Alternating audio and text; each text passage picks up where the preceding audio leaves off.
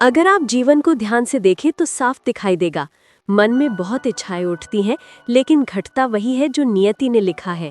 इंसान हजारों योजनाएं बनाता है, अनेक सपने बुनता है, पर अंत में वही होता है जो उसके भाग्य की रेखाओं में अंकित है। प्रारब्ध कोई शब्द नहीं, यह हमारी हर सांस में बसने वाला सत्य है। मन सोचता है कि वो स्वतंत्र है, पर स्वतंत्रता भी नियति की डोर से बंधी है। यही सबसे गहरा रहस्य है। जो हम तय करते हैं वो पहले से तय है। कई बार आपने सोचा होगा, आज से बदलूंगा, नया शुरू करूंगा, पर नहीं हुआ, क्योंकि जब तक भाग्य नहीं चाहेगा तब तक प्रेरणा नहीं उठेगी। और जब भाग्य चाहता है तब असंभव रास्ते भी खुल जाते हैं। यही भ्रम है जिससे दिमाग उलझ जाता है। हमें लगता है हम मालिक हैं, जबकि डोर किसी और के हाथ में है, उसी परम सत्ता के, उसी अदृश्य शक्ति के। प्रारब्ध क्यों बनता है? ये आपके कर्मों का प्रतिबिंब है। आप भागें या छिपें, अपने कर्मों का फल आपको भुगतना ही पड़ता है। यही सत्य आपकी रगों में बहता है, और जब समय आता है ये आपको उसी दिशा में मोड़ देता है जहां आपकी यात्रा तय है। जीवन नदी की तरह है, आप हाथ पांव मार सकते हैं, पर बहाव तय दिशा में ही जाएगा। दिमाग सोचता है कि वो नाविक है, पर पतवार तो पहले से धारा के हवाले है। इसीलिए राजा हो या साधु, सभी कभी न कभी स्वयं को असहाय महसूस करते हैं। प्रारब्ध की शक्ति इतनी सूक्ष्म है कि वो हमें अपनी ही कठपुतली बना देती है। कितनी बार आपने कहा, मैं ऐसा कभी नहीं करूंगा, फिर वही किया। यही प्रारब्ध का खेल है। ये मन को भ्रम में डाल देता है कि आप निर्णय ले रहे हैं, जबकि वास्तविक निर्णय पहले से लिया जा चुका है। ये आपको बांधता भी है और सिखाता भी। भगवान ने आपको यूं ही सुख दुख नहीं दिया। हर अनुभव आपके विकास की सीढ़ी है। इंसान दुख को श्राप मानता है, पर वही भीतर के पाठ है। आप पूछेंगे, क्या इंसान कुछ बदल नहीं सकता? बदल सकता है, पर दिशा वही होगी जो प्रारब्ध ने चुनी है। जैसे बीज है, अगर वो नीम का है तो आम नहीं बनेगा, पर आप उसे फलदायक छायादार बना सकते हैं। यही फर्क है। आप भाग्य की जाति नहीं बदल सकते, पर उसका स्वाद बदल सकते हैं। जब दिमाग नियंत्रण चाहता है और घटनाएं उसकी इच्छा से नहीं होती, तभी दुख जन्म लेता है। अगर समझ आ जाए कि हमारा काम केवल कर्म करना है, परिणाम पहले से लिखा है, तो जीवन सहज हो जाएगा।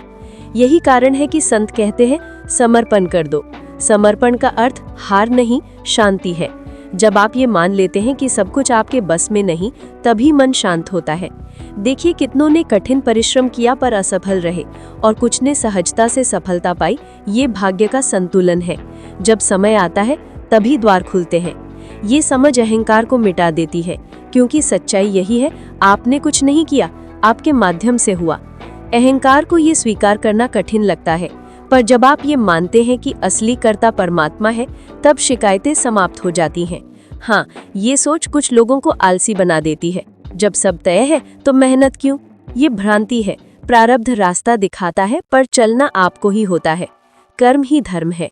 यदि जीवन आपकी इच्छा जैसा नहीं, तो समझिए ये भी आवश्यक अनुभव है। समय बदलेगा, स्थितियां भी पलटेंगी। संघर्ष ही शक्ति देता है। इसीलिए जो हो रहा है उसे शांत भाव से स्वीकार करें। हर आंसू, हर ठोकर, हर मुस्कान, सब आपको उसी दिशा में ले जा रहे हैं जहां भगवान चाहते हैं।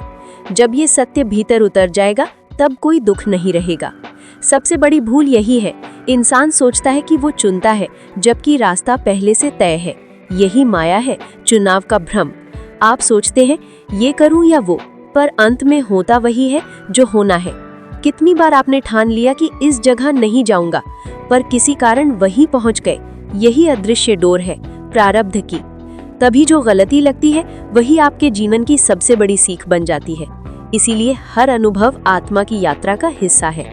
आप पीछे नहीं लौट सकते, केवल आगे बढ़ सकते हैं। जब बच्चा जन्म लेता है, वो नहीं जानता कि क्या होगा, पर परिस्थितियां उसे गढ़ देती हैं। अगर ये सब आपके नियंत्रण में होता, तो क्या आप खुद को दुख देते? नहीं। लेकिन बिना अंधकार के प्रकाश का अर्थ नहीं समझ आता। प्रारब्ध का नियम यही है कि ये अहंकार को बार बार तोड़ता है। जब भी लगता है सब मेरे नियंत्रण में है, तभी कोई झटका आता है। यही झटका आपको आध्यात्मिक बनाता है।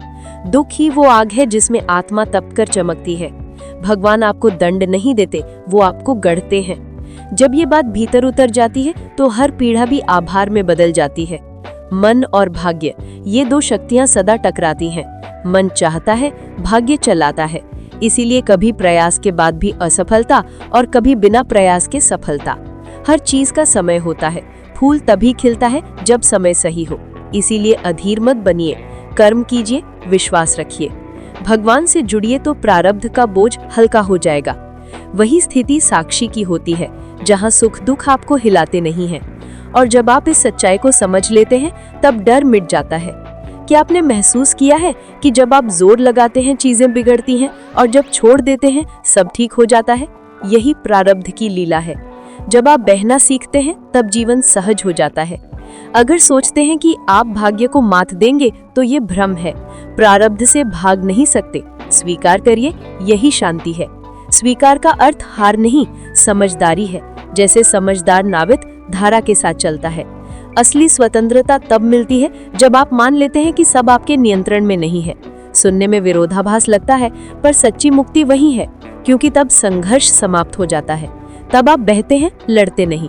प्रारब्ध आपको सीमित करता है, पर वही सीमाएं गहराई भी देती हैं। दुख, असफलता, कठिनाइयां, यही आपकी नींद तोड़ते हैं, यही जगाते हैं। जब तक जीवन आसान है इंसान भगवान को भूल जाता है, पर जैसे ही पीड़ा आती है वो कहता है अब तुझ पर भरोसा है। यही प्रारब्ध का उद्देश्य है, आपको फिर ईश्वर से जोड़ना। इसीलिए याद रखिए, सब कुछ अपने समय पर होता है। फूल, फल, सफलता, प्रेम सब सही वक्त पर ही खिलते हैं। भगवान कभी जल्दी नहीं करते, पर कभी देर भी नहीं। उनका समय सटीक है, इसीलिए धैर्य रखिए और हर परिस्थिति में कहिए ये भी ठीक है। यही वाक्य जीवन का सार है। जब आप ये स्वीकार करते हैं तभी दुख भी शिक्षक बन जाता है और तब शुरू होती है सच्ची शांति। मेरे मित्रों, भाग्य से भागना संभव नहीं, पर उसे शांति से जीना संभव है। शिकायत नहीं, समर्पण, यही जीवन की कला है।